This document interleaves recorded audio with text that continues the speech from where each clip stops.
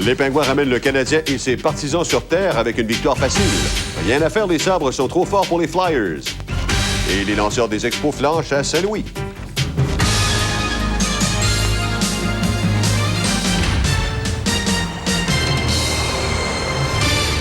Mesdames et messieurs, bonsoir. Bienvenue à cette autre édition du TVA Sport prolongé où nous analysons en profondeur les séries de la Coupe Stanley en compagnie de Danny Dubé et Mario Roberge que nous retrouverons dans quelques instants. Mais tout d'abord, voici les résultats des matchs disputés ce soir. Alors, le Canadien qui s'est incliné 6-3 devant les Pingouins. Donc, la série est maintenant égale à 2 victoires de chaque côté. Les Sabres, autre victoire contre les Flyers, 4-1. Les Sabres mènent maintenant la série 3-1.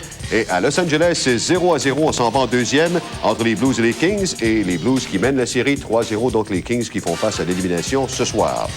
Et au Centre Molson, ce soir, on s'attendait à de grandes choses de la part du Canadien, surtout à la suite de sa prestation lors du match de lundi dernier. Mais les Pingouins ont démontré qu'ils avaient eux aussi du caractère. Ils n'ont jamais été vraiment menacés dans une victoire de 6-3. Et pour en discuter, on rejoint Louis Bertrand qui a assisté au match. Et Louis, je pense qu'on a peut-être célébré un petit peu trop vite, autant du côté des joueurs que du côté des partisans, parce que j'écoutais ça à la radio, on parlait, sortez les chaises, le défilé sur la rue Sherbrooke. C'est pas fini, là. Pas fini, ça a été le dur retour à la réalité aujourd'hui. Réveil brutal à compter de 19h30.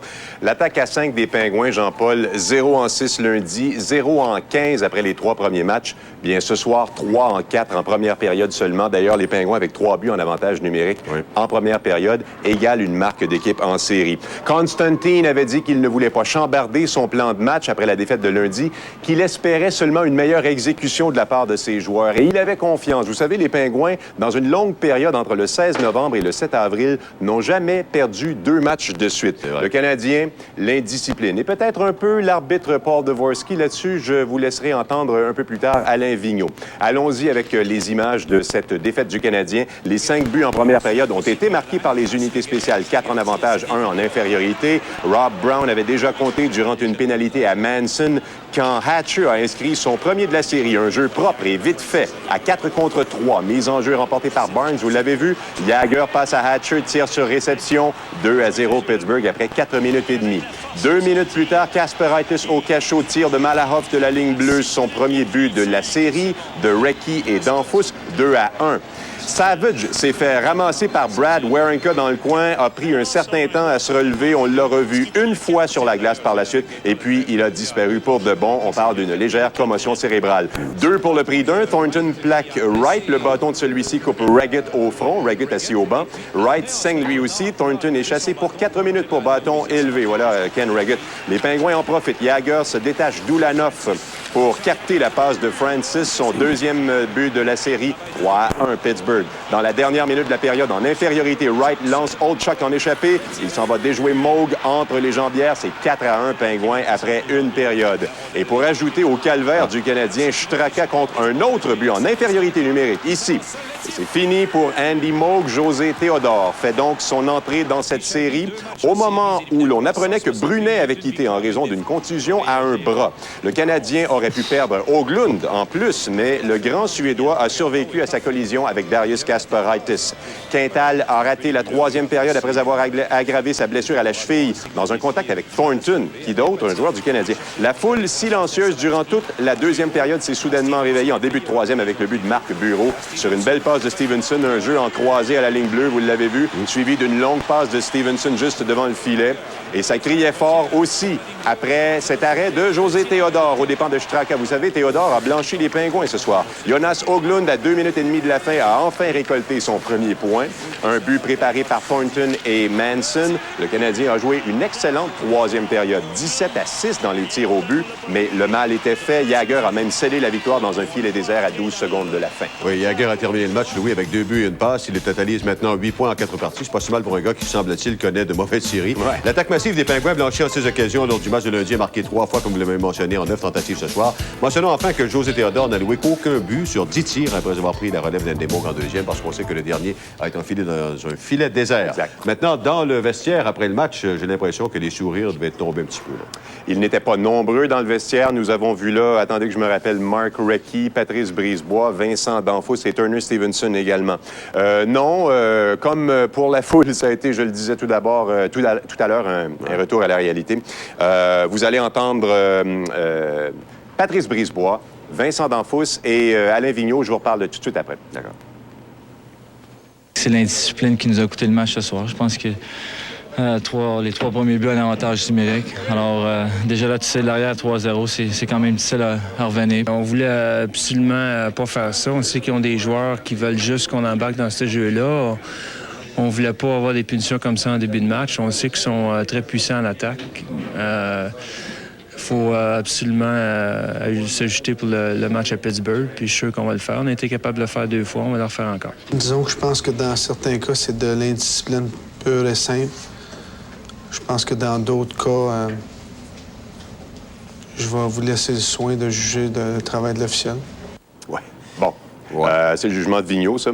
Maintenant, dans le vestiaire des Pingouins, Jean-Paul, pas d'effusion de joie, on s'en doute, ce sont quand même des gars qui ont de l'expérience. Ron Francis dit on n'est pas satisfait de notre 3e période. Stu Barnes dit toute la saison, on a gagné grâce à notre éthique de travail, on sait ce qu'on a à faire. J'ai par chance rencontré Quintal et Brunet, juste un peu plus bas ici. Aucun des deux ne peut promettre de jouer vendredi, mais ni l'un ni l'autre n'est sérieusement blessé. Brunet a subi passé des rayons X pour une contusion au bras. Il n'y a pas de fracture. Quant à Savage, pas de nouvelles de son côté. Commotion cérébrale, comme je vous l'ai dit.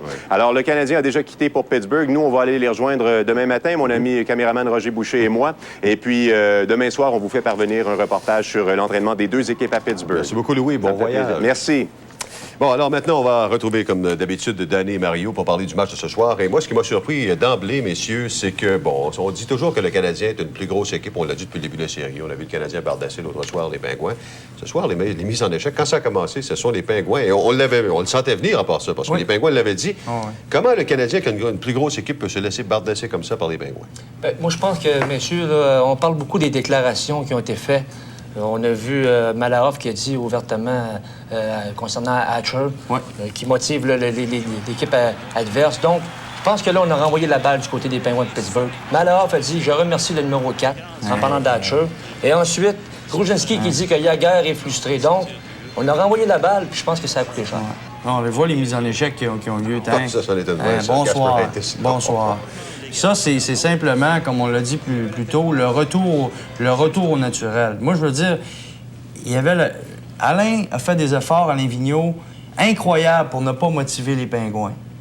Le matin, quand il a pris son café, là, M. Vigneault devait regarder ça et dire « Ah, qu'est-ce que c'est ça? » On a embarqué dans le panneau. On a embarqué dans le panneau. Là. Il n'y avait aucune raison de dire que Jagr était frustré. Il avait simplement continué à dire ce qu'il disait, que c'était le meilleur joueur au monde, mais quand tu embarques sur la glace, d'y montrer que tu joues avec lui. Et pour remercier Hatcher, remercier le numéro 4, je pense que ça a été une erreur aussi. Parce qu'Hatcher est quand même un leader. Puis quand Hatcher est arrivé dans le champ ce soir, là, c'est ce qu'il a dit à ses joueurs. Je leur fous. Aidez-moi, les gars, puis je pense qu'on l'a eu un exemple. Je pense qu'ils l'ont aidé.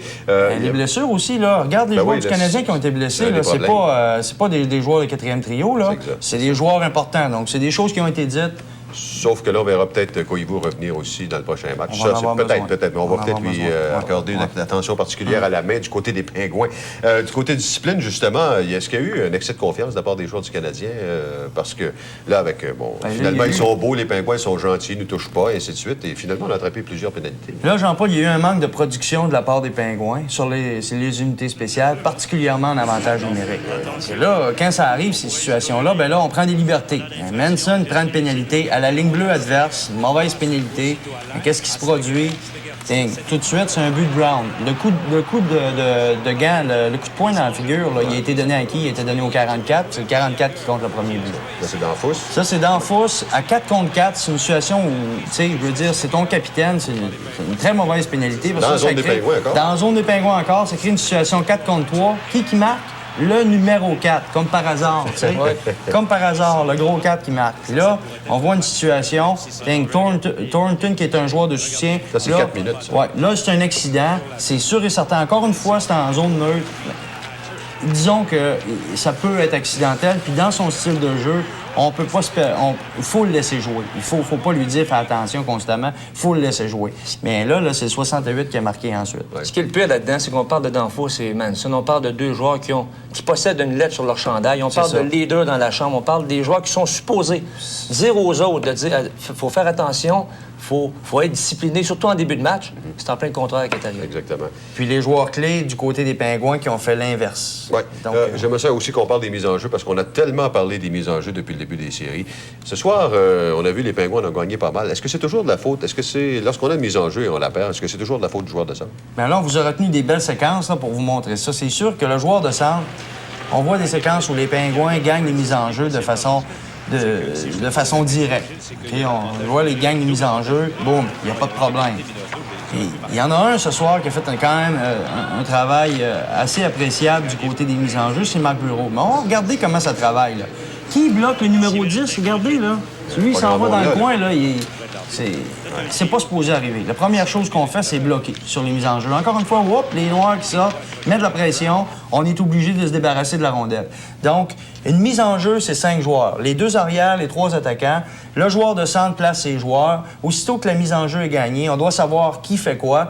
Dans les 2 dernières situations, Marc Bureau fait son travail. Ses coéquipiers ne l'ont pas aidé. Puis c'est souvent ce qui se produit. On triche sur les mises en jeu. Puis je regardais ça de plus près avec Mario ce soir. Et Mario me faisait remarquer, il disait, regarde, il triche, il part avant que la situation soit claire. Ouais. Autant le Canadien a fait les petites choses bien dans le match numéro 3, autant ce soir, ça a été l'inverse. Ils ont fait rien de bien. Les petites choses qu'on parle, qu'on a mentionnées, qu'on a montrées au monde, c'est ça. Mario, les Pingouins ont eu quand même pas mal de points de plus que le Canadien au classement. Il faut que ça paraisse à un moment donné. Là. Ouais, en réalité, c'est supposé être un meilleur club. Ouais. Mais si on regarde la première période, c'est là que le match s'est joué. Ouais. Puis c'est des choses très simples à corriger. Puis je suis sûr qu'Alain va s'asseoir avec son personnel d'entraîneur. Ils vont faire un petit peu de vidéo, rencontrer des joueurs. Les pénalités en zone adverse, c'est toujours mauvais. C'est inadmissible. La pénalité en zone adverse de la part de joueurs clés, c'est encore pire. Ouais. Et tôt dans le match, c'est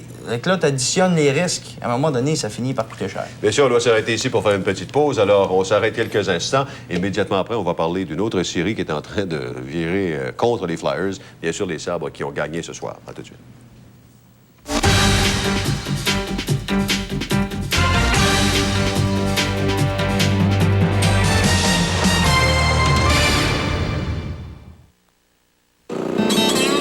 Ça fait 6 semaines que je parcours le sud de la Californie.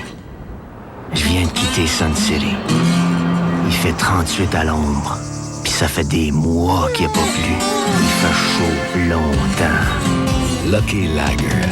Inspirée d'une recette originale de Californie, elle est brassée dans le but d'obtenir un goût rafraîchissant.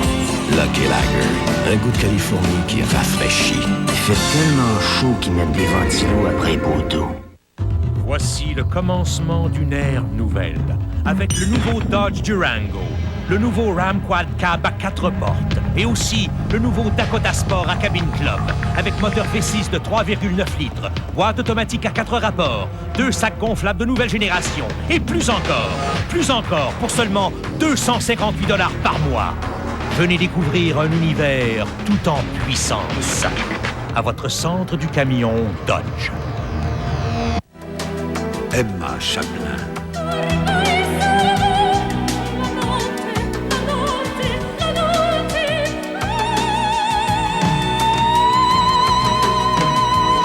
Emma Chaplin, une voix inoubliable.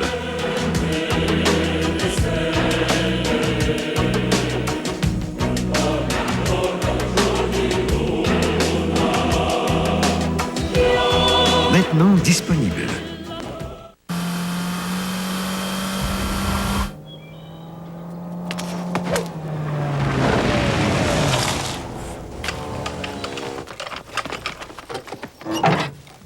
Nos pneus Potenza de Bridgestone étaient si performants sur la route que nous les avons emmenés sur les circuits de Formule 1. Et nous sommes fiers de poursuivre notre contribution à l'excellence des courses de Grand Prix. Les fabricants des pneus Blizzak de Bridgestone nous offrent les pneus Potenza de Bridgestone, les pneus de technologie avancée.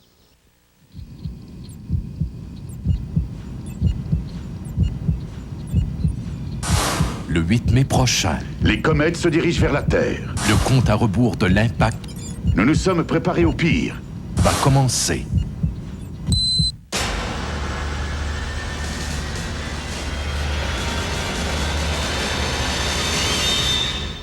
L'impact.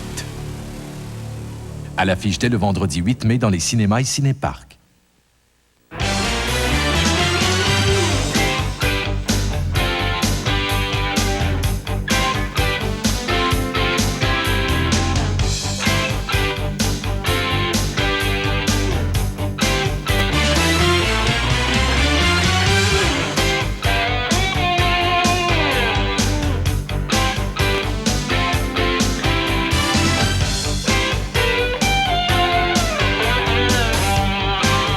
Alors, ailleurs dans la Ligue nationale ce soir, tout d'abord à Buffalo, les Sabres et Dominique Hachek ont encore fait la vie dure aux Flyers. Ils ont à ce point réussi qu'ils l'ont emporté 4-1. Les Flyers n'ont maintenant plus aucune marge de manœuvre. En arrivant à Buffalo, les Flyers ne savaient pas ce qui leur pendait au bout du nez. Les Sabres allaient se moquer des finalistes de la Coupe Stanley. Après le but de Dixon Ward, Miroslav Chatan trouve le temps long en fin de première période après un choc un peu trop violent. Mais avant de retourner au vestiaire, Chatan permet à ses coéquipiers de respirer un peu plus à l'aise. C'est 2-0 Buffalo, avec seulement 4 lancés au but pour les Sabres. Dès le début de la deuxième période, Matthew Barnaby plonge directement en enfer. Le voilà devant le filet des Flyers à encaisser les pires sévices. Mais la peste des Sabres assène le coup le plus dur à accepter. 3-0 Buffalo et Vlan dans la baie vitrée. Brian Holzinger ajoute un 4e but pour les Sabres avant la fin de la deuxième période. Et à défaut de compter des buts, Eric Lindros décide de répliquer à sa manière. Mike Wilson va au front au nom de ses coéquipiers. Quant à Dominique Hachek, eh bien, Hachek, c'est Hachek. Oui, encore 44 arrêts pour le Dominator ce soir, alors que Miroslav Chatan a terminé le match avec un but de passe. Les Sabres ont gagné 4-1 et mettent maintenant la série 3-1. Prochain match vendredi à Philadelphie. On va aller faire un petit tour du côté de Los Angeles. Les Kings qui reçoivent les Blues et les Kings qui font face à l'élimination. Les Blues qui ont totalement dominé en première, mais se sont heurtés à Stéphane Fiset. Oui, c'est lui qui est dans le filet ce soir et non pas Jamie Storr. Donc, Fiset qui a été en grande forme au cours de la première. 13 tirs au but contre 8 en faveur des Blues en première, mais on n'a pas réussi à marquer, de sorte qu'on s'en va en deuxième. Et c'est 0-0. Et les Blues qui mènent la série 3-0. Alors, immédiatement, j'aimerais ça parler avec mes deux compagnons, Danny et Mario. Ce qui se passe avec les Flyers, bon, avec Hachek, on sait toujours un petit peu à quoi s'attendre. Ce qui se passe, il ne passe rien. Mais il demeure quand même que les gardiens de but, on en a beaucoup parlé. Je suis quand même, et je pense qu'on l'a tous été un peu surpris ce soir de voir Burke dans le filet à la suite de dégeler de 6-1 l'autre soir. Ouais. Et Extall, finalement, ils ont amené à la finale l'année passée. Oui, c'est un excellent point. Moi, je pense que là, on a manqué le bateau un petit peu. De toute façon, il y a un problème dans le filet. Là. Moi, je suis convaincu que la Chambre, présentement, est divisée. L'an dernier, ils ont eu pas mal de succès avec Extall. Cette année, on revient, on amène Burke. On veut amener cette espèce de petite dimension nouvelle, de fraîcheur qui va faire qu'on va se rendre à la finale de la Coupe Stanley. On pense qu'on a le gardien de but clé. Je suis sûr que dans le vestiaire, c'est pas unanime. Donc, là, il y a de la pression sur Burke. Ouais. Il faut qu'il fasse le travail. Il n'a pas fait le travail depuis le début. On a la chance de changer la vapeur de côté en disant, ben là, il a terminé le match, là, Extall. On lui redonne pas le filet, ça veut dire qu'à partir de maintenant, numéro 2. De toute façon, dans cette série-là, les faits sont en train de nous prouver que Ron Extall prend beaucoup de place dans la Chambre. Ça, c'est un fait. On voit ce qui arrive. Puis, comme tu l'as dit tantôt, Danny, les Flyers ont quand même été en finale de la Coupe Stanley l'année passée avec Ron Extall. Donc ça, faut jamais que tu oublies ça. Je pense que ça fait partie de l'évaluation du personnel. On a peut-être fait une erreur du côté des Flyers. Qu'est-ce que tu penses de ça, Mario? Toi, qu'Eric Lindros se bat comme ça, il est pas un petit peu tard? Là? Il aurait pu commencer ça avant, peut-être? Oui, ça, c'est sûr qu'on parle d'Eric Lindros. On parle des grands joueurs. Mario Lemieux a gagné la Coupe avec Pittsburgh. Wayne Gretzky a quand même fait beaucoup pour les équipes qu'il a jouées. Oui. Marc Messier. Oui. Cette année, on disait Lindros va peut-être faire sa part. Mais encore là, je pense que Danny, tu es d'accord avec moi là-dessus, que Eric Lindros est en train de nous prouver que... pas force la pression. Trop tard, trop peu. Peut-être pas le joueur dominant qu'on s'attendait. Non. Non. Parce que, bon, c'est un joueur qui est jeune, qui a été placé dans un contexte de pression très rapidement. Moi, ce que je veux ajouter à ton point, là, Mario, là, un gars comme lui, là, 6 pieds 5, 235 livres, il veut se faire de la place, parfait. Premier match. En partant. Premier match. Tout de suite. Le premier qui vient se frotter, on règle ça. On établit notre territoire très tôt. Mais là, il est probablement trop tard. Là, il est trop tard. Merci, messieurs. On va poursuivre avec les champions du calendrier régulier dans l'Association de l'Est, les Devils du New Jersey, qui vont avoir tout un défi à relever à compter de demain soir, puisqu'ils devront battre les Sénateurs d'Ottawa 3 fois de suite pour passer au prochain tour éliminatoire. Le gardien des Devils, Martin Brodeur, estime que les attaquants de son équipe devront éviter les gestes d'indiscipline pour espérer l'emporter, tandis que du côté des joueurs des Sénateurs, ils affirment avoir maintenant une dette envers leurs partisans. Avec la meilleure formation de l'Association de l'Est dans les câbles, les Sénateurs seraient en droit de pavoiser un brin. Mais dans le 4e match, les Devils sont venus à un cheveu de combler un déficit de 3 buts. Jacques Martin n'en souhaitait pas tant pour ramener ses joueurs sur terre. Il n'y a aucun doute, c'est une situation qui aurait pu causer un revirement, mais je pense que on s'en est sorti, puis on espère qu'on a appris une leçon. Malgré la domination de son équipe, Jacques Martin refuse d'avouer que la pression a changé de camp. Mais dans le vestiaire des Sénateurs, les joueurs estiment avoir maintenant une dette envers leurs chauds partisans. Just knowing that so many people are behind us and whatnot, and I mean a lot of guys here carry the weight, you know, of the whole town on their shoulders. You know, the bragging rights, the whatnot. We want to do well. I mean, we want to do well for ourselves, for the town, for the organization, for everything. L'entraîneur des Devils, Jacques Lemaire, défie ses vétérans de prendre les choses en main lors du 5e match. Le jeu chancelant des Stevens et Niedermayer a conduit à 2 buts coûteux mardi soir. L'indiscipline de Gilmore et de Stevens en deuxième période soulève aussi la critique dans le vestiaire de l'équipe. C'est des affaires qu'on ne peut pas se permettre de faire dans les playoffs, puis ça nous coûte, ça fait quand même quasiment 3 matchs que ça nous coûte dans la série de 3 games qu'on a perdu à cause un peu de la discipline. C'est des choses qui arrivent. Mais en ce moment, on n'a plus le choix. On peut plus se permettre de faire des niaiseries même. Les amateurs de hockey de la région retiendront leur souffle demain soir alors que les Sénateurs tenteront d'éliminer les Devils, les champions de l'Association de l'Est en saison régulière. Mario Tremblay, TVA, à Canada. Et d'autre part, tout semble indiquer que les Coyotes de Phoenix devront se passer des services de leur gardien numéro 1, Nikolai Abiboulin, demain soir lors du 5e match de la série contre les Red Wings de Détroit, actuellement égal à 2 victoires de chaque côté. Abiboulin s'est blessé à l'aine hier soir. Il a même dû céder sa place à Jimmy Wade, qui a complété le match, remporté 4-2 par les Wings.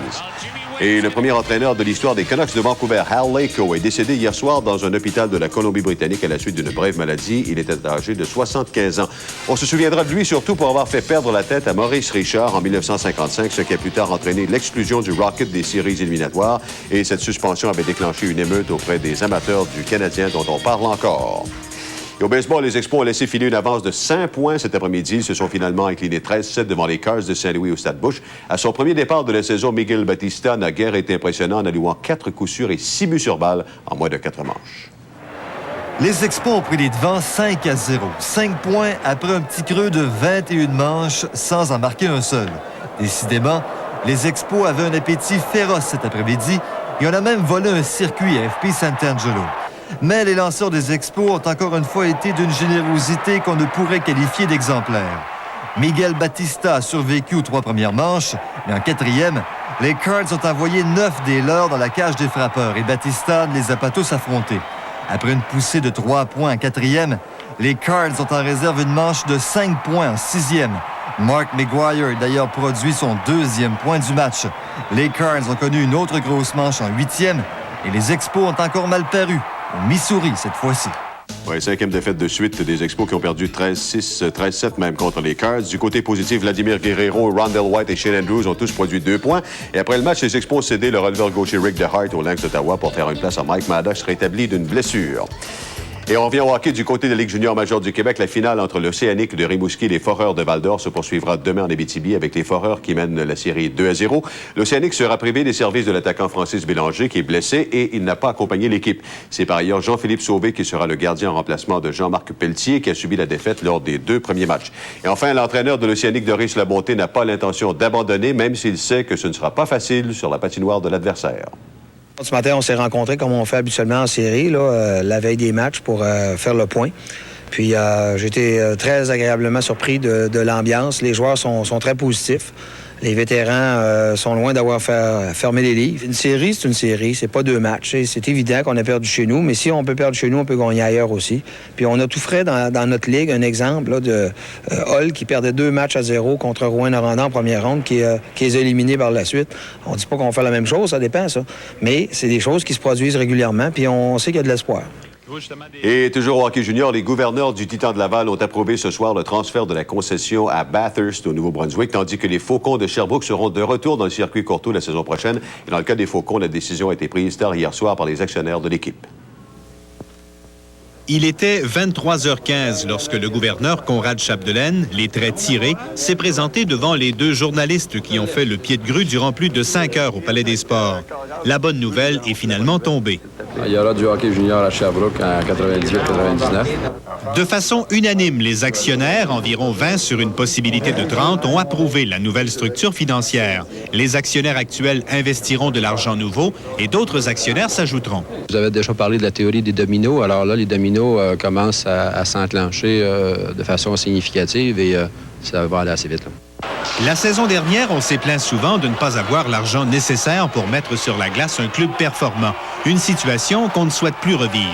On va structurer la situation financière de l'équipe et par la suite, on se donnera des budgets d'opération qui, je l'espère, là, vont nous donner les marges de manœuvre nécessaires. Une façon d'aller chercher de l'argent nouveau, c'est de vendre des choix au pêchage, une éventualité qui n'est pas écartée pour le moment. Ça reste dans les possibilités. Pierre Sasseville sera de retour au poste de directeur général. Il veut mettre à profit son année d'expérience. Il y a des erreurs qui ont été faites cette année. Il y a des choses qu'on va chercher à corriger. Et je pense que oui, on va pouvoir faire mieux que l'année dernière. Sous peu, un nouveau directeur gérant sera nommé. Il verra évaluer le travail du personnel hockey, à commencer par celui de l'entraîneur Robert Mongrain, à qui il reste une année à écouler à son contrat. Raymond Duquette, TVA Sport, à Sherbrooke. Et la nageuse irlandaise Michelle Smith est à nouveau dans l'eau chaude puisque pour la Xème fois en carrière, elle est accusée de tricherie après avoir été soupçonnée de dopage à quelques reprises. Voilà qu'on croit maintenant qu'elle a manipulé des échantillons d'urine. C'est l'air complètement abattu que la nageuse irlandaise Michelle Smith s'est présentée devant les journalistes à Dublin. La triple médaillée d'or aux Olympiques d'Atlanta et double médaillée d'argent au championnat d'Europe à Séville l'été dernier fait l'objet d'une enquête de la Fédération internationale de natation qui la soupçonne d'avoir trafiqué un test antidopage en janvier dernier. La championne risque, si elle est reconnue coupable, une suspension à vie, selon les dires du secrétaire de la FINA, Gunnar Werner. La manipulation présumée a été découverte par un laboratoire des Pays-Bas après une analyse d'urine. L'accusée dans cette affaire s'est dit consternée et elle a fortement nié les faits. I am innocent of these charges. I'm appalled at the manner in which they've been leaked into the public domain, and I intend fully defending them, if necessary, all the way to the International Sports Court in Switzerland. Smith a refusé par la suite toute entrevue avec la presse. La nageuse de 28 ans avait déjà été soupçonnée de dopage à Atlanta en raison de ses performances hors du commun. Mais tous les contrôles s'étaient avérés négatifs. Mais comme dirait l'autre, il n'y a pas de fumée sans feu.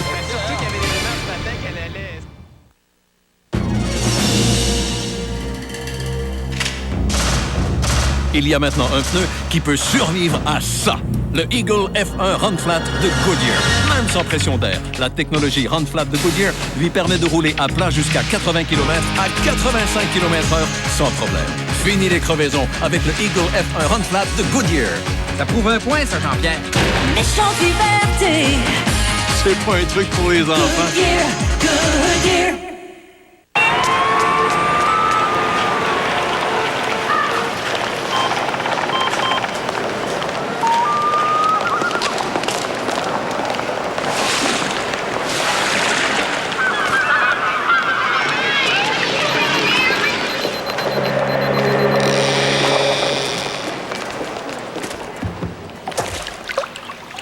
Un nouveau sens à la qualité de la vie. Depuis 1883.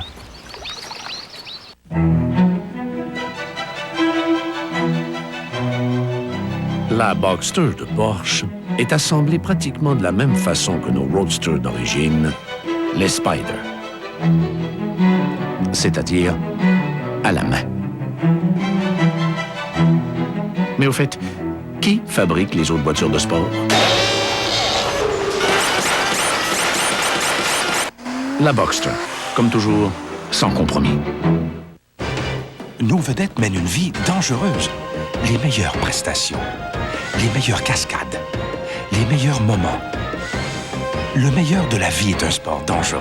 Ce dimanche, 18h30.